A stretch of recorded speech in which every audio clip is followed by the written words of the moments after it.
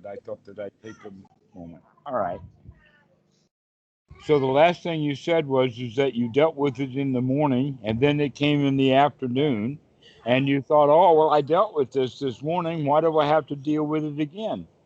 Yes, I suppose it's like ordinarily, it's just so much easier to shift. You're ordinarily the sort of like uh, mental habit or of being miserable, the kind of like mechanism of dukkha is ordinarily so much easier to dismiss, and it doesn't normally have a grip and a hold that is so tenacious. Whereas in the last few weeks, the kind of mechanism of dukkha in my mind, the way the mind leans towards it, just seems to be entrenched in a way that it hasn't been for months and months and months and months and months. Ah, So it just well, keeps let's coming back. review things for a second so that we can get that part of it straightened out. And that is that this all came about after you had a nice retreat, Mm, plus an aftermath of that retreat. mm, Okay. And during that retreat, you got all goosebumpy and feeling good and all of that kind of stuff. And then you thought, oh, this is really great. And mm, I can do this. Okay. Then you come back to the real world, and almost everybody does that. They have a crash landing. mm, And that's what you've done. You've crash landed. But that crash landing actually, we have some benefit in the examination of the ruins. mm, And one point that we can say is that while you were in retreat, you were working to get some sati going. mm, Okay. And you were working with the other things. And when you came off a retreat, you stopped doing some of that stuff. mm, All right. So um, there's many examples of this, but the one that I'm thinking of is a blackhead or a pimple or whatever like that, mm. that you push on it and it doesn't move, and then you push really hard, and then all of a sudden it goes. Yeah. Okay. Well, that's about what's happening with some of these defilements. Is that you were on retreat, kind of pushing them down.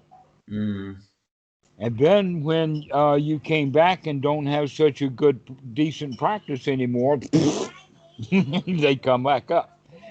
And you say, I don't like that. But mm, in fact, what they came back up to was what you used to get along with quite well, because you didn't have quite the mindfulness that you have now. mm, And so the reality of the situation is that even though you're more intensely noticing these things, their intensity hasn't changed that much. mm, You just see it more. mm, And the more you see this stuff, you don't like it because you, for a while, you're able to put it down. mm, Okay. And keep this going. It goes away and it goes away and it goes away. All right. So now the first thing that we need to do is to recognize that you actually don't like this stuff, mm. that you don't like the anger. You don't like the resentment. You don't like those feelings when they come up. That you, No. and all right. But this kind of not liking is because, in fact, we can recognize and see the dukkha of it. Mm, Before, when we couldn't see the dukkha of it, we didn't see it in quite this same way. And so we did not have this unliking of it. And so, in fact, in a kind of a strange little way, you're making yourself worse because now you can see it. mm. I, And it's interesting what you're saying about that not liking of it. Yeah, because in the past it wouldn't stand out. There wouldn't be enough contrast. It would just be the water that you're swimming in, and it would also be you. Like you would, to say you didn't like it would seem ridiculous because it seems like that suffering is you. Whereas now there's like a little bit more distance. You realize that you don't need that suffering to be, and actually it's just a pain in the arse and it's miserable. Excellent way of putting it.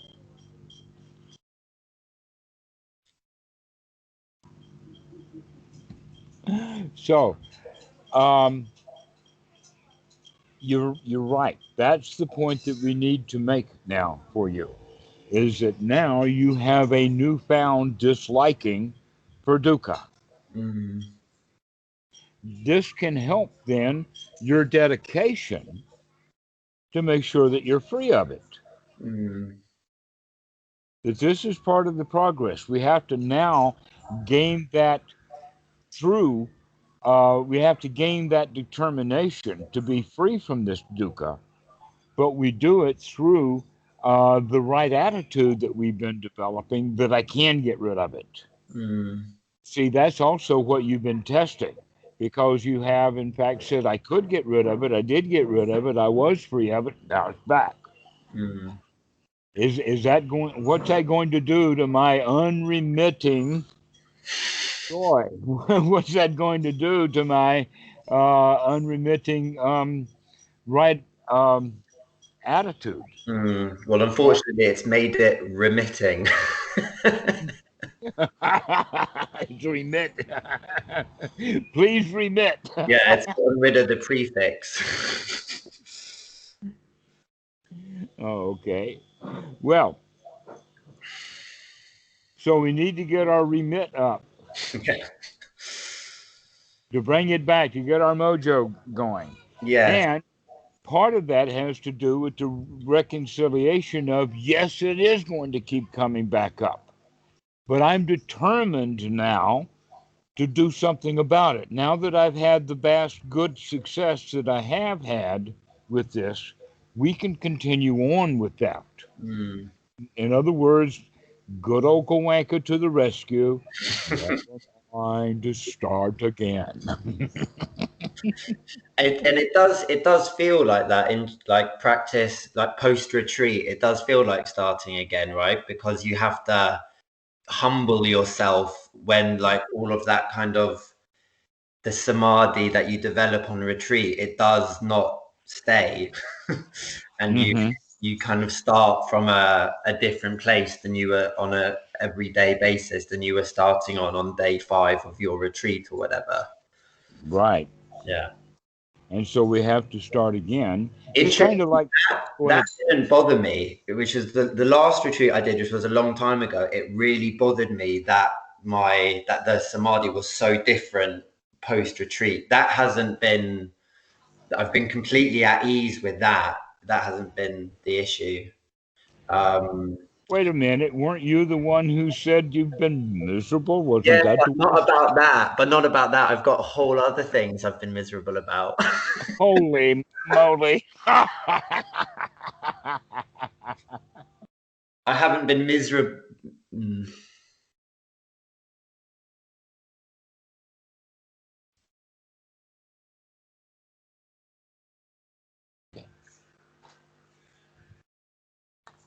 All right, I'm back.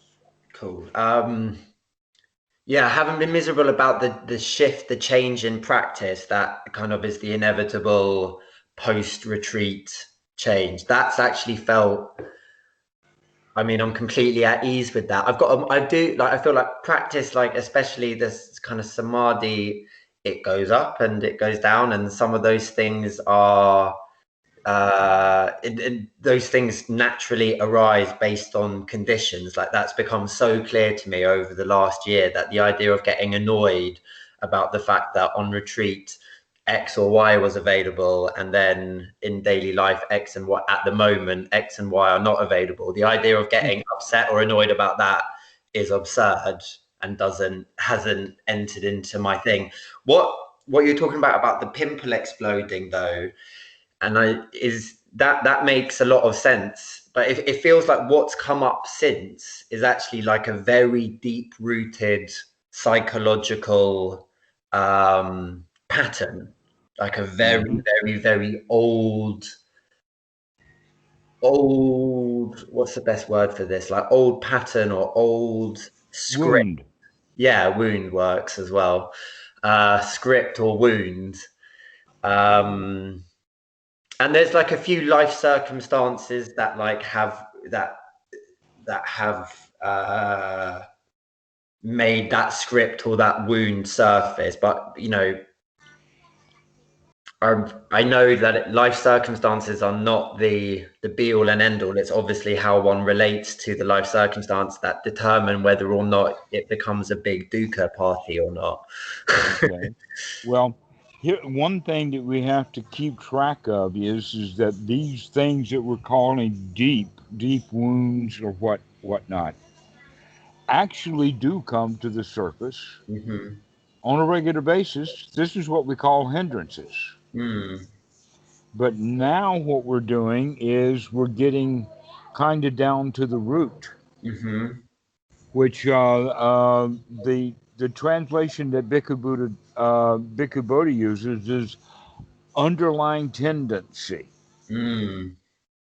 And that I actually did some research on that word underlying tendency to find that it's used in several different ways, in the sense that there's more than one different list of underlying tendencies.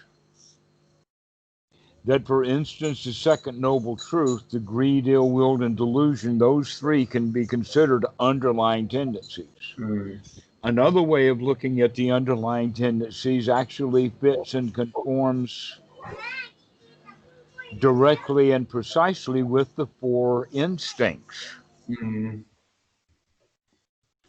And so we can think of these deep things as actually instinctual. Mm. Yes, I can completely see that because the how the developing psyche responds to these instincts being met or not being met is Mm-hmm. what patterns one's kind of psychological sort of print, right? Like I can see that. Exactly. And the primary um, baseline is the self-preservation instinct, that Mhm. which keeps us alive, and its mechanism for keeping us alive, or its communication method, is to sound the alarm. What is that? Fear. Fear is the alarm. Mm. And that in our society, mostly there's no reason to have any fear at all, Mm. because we live in a safe environment. Mm. But way back when, fear kept us alive as a species, not just as a species of humans, but back into being apes. And yeah, their fear and the various things that associated with that fear is what kept the tribe alive and functioning. Mm. But now we live in a much more modern society, which means most of the fear that arises into the form of the surface is, let us say, false positives. Mm. So this machine that's down there will go off automatically on an irregular, ill timed basis, because that's its job, Mm. the self preservation instinct. We have to now bring wisdom to that Mm. so that we can recognize that there's no reason to be afraid. Mm. But when we don't have the mindfulness, we don't have the sati, if we're not looking at what's really going on and the associated, by just looking around and say, there's nothing to fear here. Mm. And yet, people will, let us say, the example of is they see an email come in and they're afraid to open it. Mm. Why? That there is nothing in an email that's going to hurt anyone. Why should we fear? Mm. Another example would be is that the like an email or whatever, a note comes in from the university, and you know that it's going to be either the acceptance or the rejection letter, right? And so all of this fear and trepidation comes, and there's no reason for any of that. Mm. That is just an email. Mm. But look what our system, and a lot of people say, oh no, that's a good time to have all of that stuff come up. No, it's not, because it's better to just open and see what it is rather than, having all these feelings about it before it's even opened. Mm. But we can then expand that everywhere. All right. If we can be aware of it, if we can become aware of it. And you said you were miserable. Well, miserable tends to take a while to build up in the sense of an over and over and over thing. Mm. If every time the misery came and you caught it and Mm. say, oh, that's just more dukkha, never mind, start again, then Mm. it wouldn't be miserable at all. It'd just be part of your daily practice. Mm. In, Yes. in a way, it getting miserable means you're not practicing. Mm.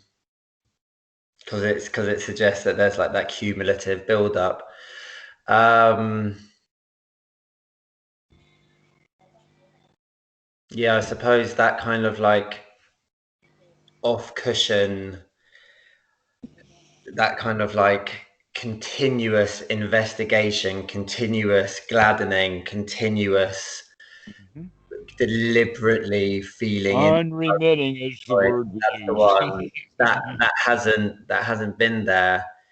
It's like it's the weight. It's not fear. You talk. Yes, it had been. That's the whole point, is that's what you were doing when you were on retreat. Yes. We checked that out before you went twice, and then we checked it out after you came back.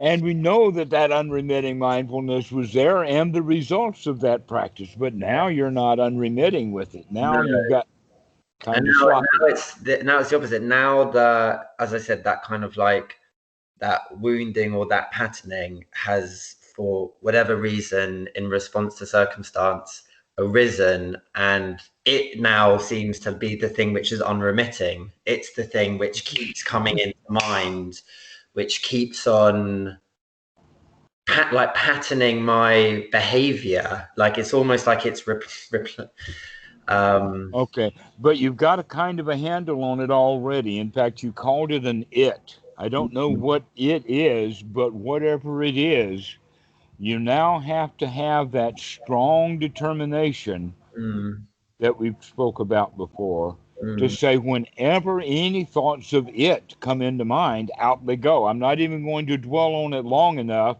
to unpack it. mm, Okay, here's an example of that, the one that I started using years ago. The old man who is a normal temple attendant, he's part of the board of directors, etc., like that, and a new monk comes to stay in the temple, and he don't like that. They have an argument or something like that. And so when this old man, who's quite a Dhamma dude, when he goes home, he now says, I'm not going to think about the temple at all. mm, Any thoughts about the temple at all are going to bring up thoughts of that monk, and any thoughts of that monk is going to bring on bad feelings. Therefore, the whole temple, the big it, is off limits to my thinking. mm, So that's something that you can plan on too. Is whatever it is that causes the memory of the misery that keeps coming back. You got to be on guard that whenever it does, out it goes. mm. But what about, this like feeling and this like uh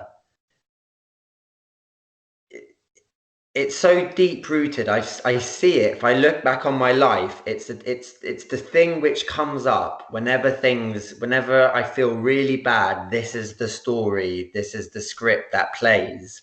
I kind of Hmm. feel like I need like some investigation, like some actual like No, seeing you need through to it. stop it. That's the Then is it major just change. You going to don't come need, up? you've already investigated it enough to know that it is not worthwhile having, because that's why you want to investigate it, is so you can get rid of it. Mm, Let's investigate it only enough. Now that we've investigated it, we've investigated enough to see this is dukkha. mm, And therefore, any thought of it, you're going to ban as off limits to keep this out of your mind completely. mm, Because if you're successful at it, just like you keep trimming a plant, every time it grows a new leaf, you cut that leaf off, pretty soon the roots are going to die. So this is the way that we think of it. We're not going to give it any life or any vitality or any mind moments, because that's where it lives, is in thinking about it. And the roots of it will die out if you make sure it doesn't get any breathing room. It doesn't get any air time. What's interesting is about lives in like these things. They have a kind of like physical, emotional component, as well as a kind of like mental talk component. It sure does. This is, in fact, by talking about that, you are actually referencing step 8 of Anapanasati, which we don't talk about much. And that step 8 is to see the inner relationship between our thoughts and our feelings and our body. We can see many, many examples of that in real life. One of them is in debates. We don't allow, as a rule, any ad hominem attacks. Why? Because if I can get my opponent upset, he won't be able to do his talk very well. Okay? This is how Bobby Fischer was able to beat Boris Spassky in 1972. Right? That's step 8 of Anapanasati, to see this interconnection. And it is interesting. In some sits, like as I said, this pattern of thought and feeling has become very prominent in the last few weeks. And I'll be sitting, and I'll a kind of memory, thought, word, image associated with it will come up. I'll let that go. But then, like, immediately kind of arising with it will be like a really strong physical feeling. Good for you. Most people are very slow to see that kind of connection. You're actually describing for me exactly how the mind works. That's referenced in this step 8 of Anapanasati. Yes, you have that thought. Even if you can push it out, it's already leaked those chemicals into the body. Although which way is it? I don't know. I don't know what is the chicken and the egg in it. Like they're so. But then when you've let go of the thought, but the feeling, because you're sitting and you're in a state of, there's not that much else going on. The feeling then comes, and the feeling almost is like. It's almost like a wave of like PT, except it's like it's similar in the sense like when you can let go of the thought associated with it, and you're just with the body and the feeling in the body. You can feel it as like this strong wave in the body. I don't know how. And yes, and it can be relaxing or relieving at least. Yes, it's a relieving it's a release. It's a good feeling. Allow yourself that and to breathe into it. Yeah. Okay. Generally, what happens physiologically is that, let us say, never mind what triggers the thought, but that the thought itself that thought has a particular chemical base and reaction to it, and that thought that is a chemical kind of thing sets off a chain reaction that then will kick off the pituitary and the pineal glands to transmit the data down to the adrenaline gland. And guess what the adrenaline's going to do? When he gets the key to this, he's going to start digging some stuff out of the kidneys to make some poison out of, and he's going to throw that poison right into the bloodstream. What poison is that? Cortisol, adrenaline. Get ready. So these are actually the chemicals that are associated with fear. And we can talk ourselves into being afraid. In fact, that's how we get afraid, is by talking ourselves into it. And we don't have to have a stimulus from the outside. We don't have to have a bear growling at us. That, in fact, the bears that generally growl are the ones that are on the inside anyway. And so, just as I said many times before, that we talk ourselves into feeling bad, time to talk ourselves into feeling good. Okay? So, recognizing that the kinds of thoughts that we have of dangerous or unpleasant situations are going to bring up the feeling or the chemical stuff in the body that is associated with freeze, flight, and fright. And that naturally the breathing is going to shut down. That's what that whole point is to get ready for. Uh, in fact, the freeze is because the way that the human eye works comes out of our deep past, which other animals. One of the things that we know for sure is that if you're in Africa and you're around a rhino in the woods, if you see him before he sees you, to freeze. Because if you do freeze and you don't move, he can't see you. Mm-hmm. And then you recognize, wait a minute, all eyes, even human eyes, behave that way. That what we really see is not things that blend in and stay still. What we see is movement. Mm-hmm. And so things that are hiding in plain sight, all that means is they're just sitting still and we don't pay any attention to it. All right. So in that regard, we freeze, Mm. stop breathing. Mm. And that actually then makes things worse. Mm. And so to counteract that, that's why Anapanasati is geared to, let's get this breathing going. Let's come out of that fear that, in fact, most of the chemicals that are in the body from that fear will get breathed out if we're breathing properly, and they'll stay in there if we're not breathing too well. So even if we can shut off the mechanism, the existing adrenaline is still there, but we can breathe that out too. Mm-hmm. So are you suggesting, you're saying that like that feeling when the emotional component is felt in the body, say sitting, when practicing or in life, to feel into it, to breathe into it, to kind of separate it from the thought that triggered it is a helpful way to practice with it, and that is releasing. Mm-hmm. Okay, so that's interesting, because then you're differentiating between the kind of like the mental talk and then the kind of like physical feeling, and you're saying the mental talk, that's what we're going to be on guard for. That's what we're going, like, we're seeing through, we're seeing it for what it is, we're letting it go kind of instantly, and we're being glad about the fact that we're practicing successfully by seeing it and letting it go. But Uh-huh. then any of the kind of like more emotional, felt, physical kind of responses, like, like a kind of like physical wave of sadness, say, that like comes up in response to that, to kind of like breathe with it rather than try and dismiss that part of it.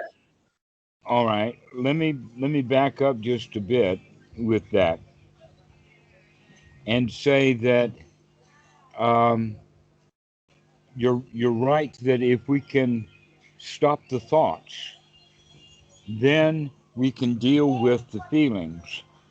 But many students will come because we talk about it in the sense of working in the realm of body mind first and then do the feelings.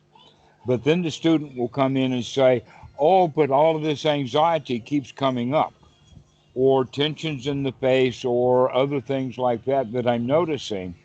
And basically, what that really means is that he was slow on the uptake, Mm, and that the sati wasn't strong yet.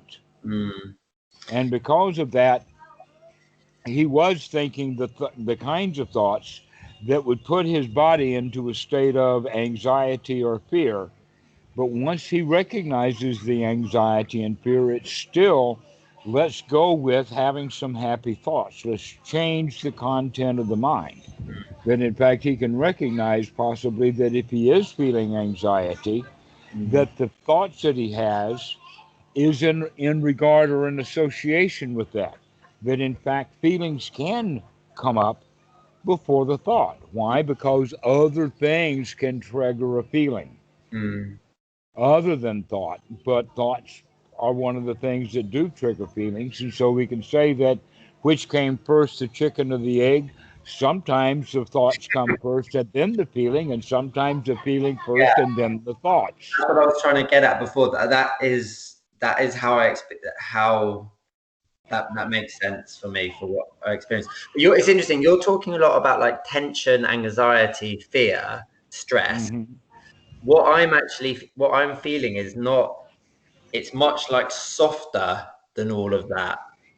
It's like softer and You sad. said you were miserable. No, but it's like it's the miserable is not like a tense stress. It's more like a deep sadness or sense of aloneness. It just I'm just A sort of sense of loss, a sense of a hole yeah. inside, an emptiness. Yes, yes, yes, yes. The Christians know all about it. And that they recognize that people do have a hole inside. But according to them, guess what? That hole is God shaped. Yeah, it's a Jesus shaped emptiness. Yeah, it's Jesus shaped, exactly. And so all you need to do is plug Jesus into that hole and you're good to go. But yeah, But that's within, that emptiness. That's what I felt post retreat, coming back into life. Like it just felt like overcome with this sense of like empty, and like to the extent that like, and also then like looking at my relation, like it's looking at my like relationships with my pen, but all of this, it just suddenly felt like this sense of like empty aloneness, and that's what Mhm. characterized my life and all of my life and my existence now and everything. And it's like this sense of like But you've had that sense before. You've known that before. I think it's And a very early feeling, that sense of like aloneness, that sense of like not being complete, not being in connection. when people are overwhelmed with this, it's called um, an abandonment issue. We Yeah, feel like we've been abandoned. I mean, I think I've discussed my early life history with you before, like that. Enough to know that it was worse than most. So I Okay. think this is what we're talking about, this like that's why I'm saying that I feel like this is a very deep rooted thing which is emerging, and Mhm. I really want to. All right. Well, let's go ahead and put that label on it for a while until it doesn't fit anymore. And that is the feeling of have been abandoned Mm, or that you have to guard against being abandoned. mm, Um, the worst case example of the abandonment issue is the young woman after she gets married, when her husband leaves for work, she'll have a fight with him mm-hmm, to get him to stay. mm, All right, because after he leaves, then she feels alone and abandoned. Right, but part of what we're working here with is the right attitude, because in fact, alone and abandoned is kind of like the bottom line of being a victim. mm-hmm, That not only did you lose the battle, but now the one who beat you up has left you. And now there's no one to take care of you. You know, you're there struggling alone and injured and incapable. All right, that's the feeling, mm, but that's not the reality. mm, All right, the reality is that you can handle yourself. That mm, there's nothing to be afraid of. That in fact, um, people, here's a way of looking at it. Many people, without knowing what's going on, will spend part of their lives trying to fill up that hole. mm, They fill it up with a house, with a job, with an education, and they're always disappointed no matter how many motorcycles and or buggy whips they throw into that hole. It still is empty, Mm-hmm. even though it's junky and crowded in there. Mm-hmm. It still feels like a big hole. Mm. And the reason that I'm working at this level is because within Christianity, Jesus says that the kingdom of God is within, but in the Greek it says basilica theos, or a godly cathedral. Mm. So if you think about this emptiness or hole inside of yourself as a cathedral, Mm. and that cathedral is a holy place, Mm. then it's your home. It's Mm. okay to feel this emptiness Mm. because it's a sanctuary. Mm. But that's a completely different way of looking at it. But the feeling is the same, the feeling of emptiness. And in fact, we want to foster that Mm. because, go ahead. Well, it's interesting, yeah, that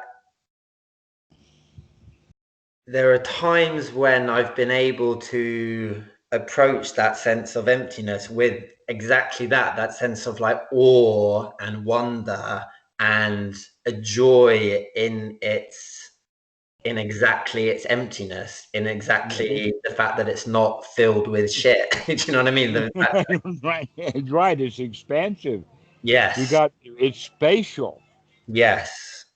It's but we like, don't have to feel lost. We're the boss. but I suppose it's somehow like in that emptiness, with its emptiness, it's so prone to being colored like by a view of it, that suddenly if the view is that emptiness is like a sense of like aloneness, a sense of not lovedness, then suddenly that is what expands, that's what pervades, that's what takes Ah, over, exactly. But that is actually longing for something that you don't have. which is the ability to fill that emptiness. Yes, the ability to feel loved. Except that in Buddha language, we don't use the word love because we know that the word love is, in fact, wanting something we don't have. And Mm, so I'm cautious about the word love, but I can at least point in the right direction, is mm, because this a feeling of abandonment means the feeling of being unloved, unworthy, and everyone, that's what society is actually about. In fact, you could think of it as this is the nesting instinct mm, when the nest is empty. mm. Okay, and we feel that we're alone. Guess what? That's not so bad. Mm.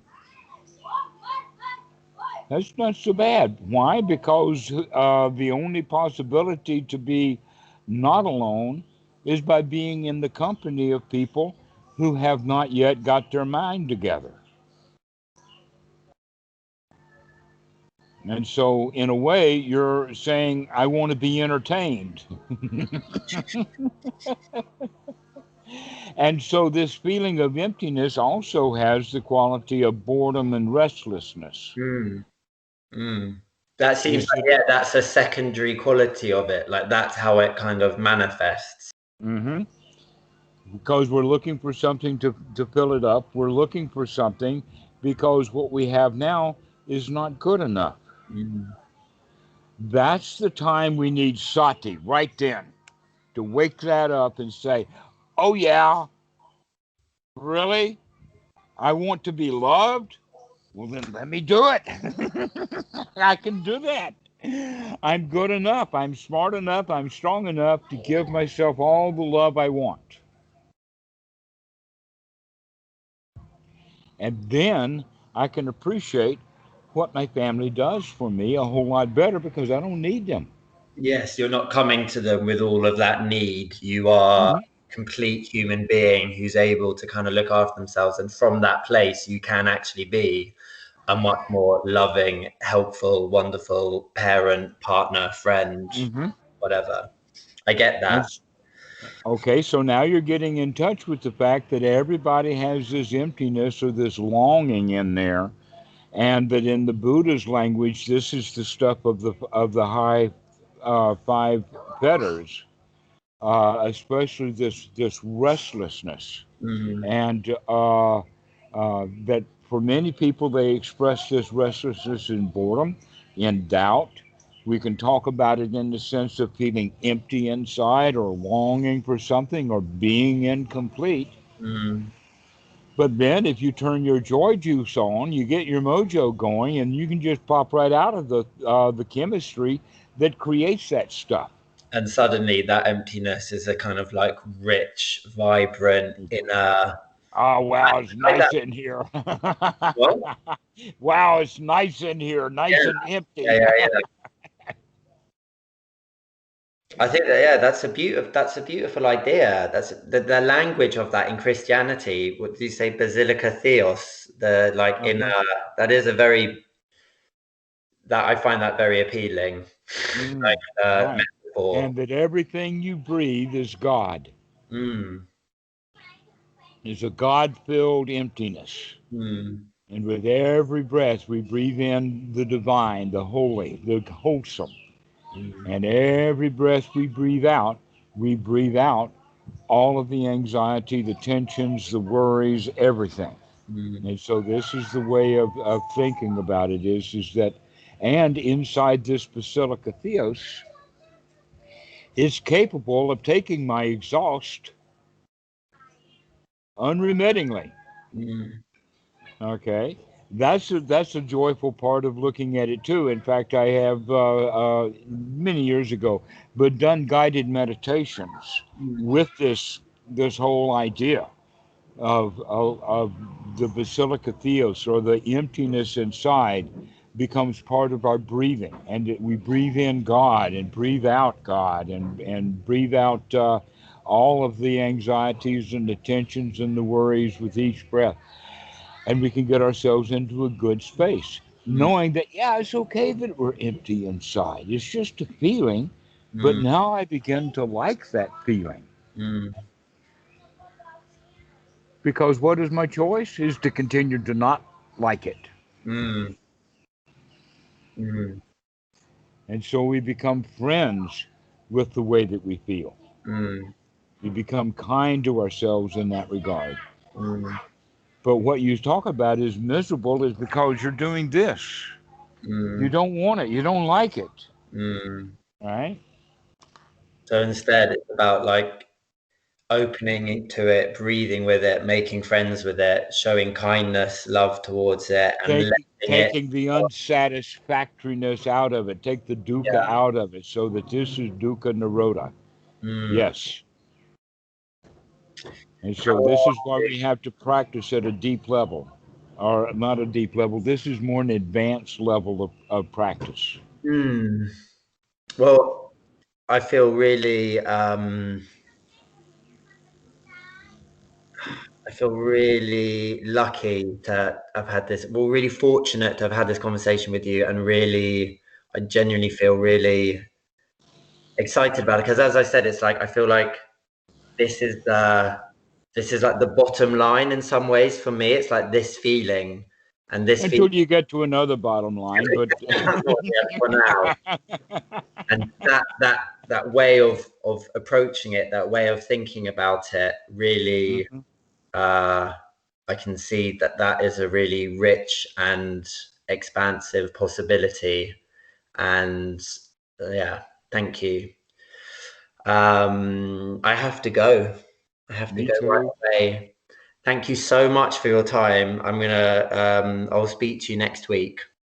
I'm glad. I'm really glad to talk with you. Thank you for talking with me about this. This is good stuff. This Okay. is good for you. Okay, so we'll see you later. See you soon. Go well, Dhammarato. Thank you. Okay, thank you.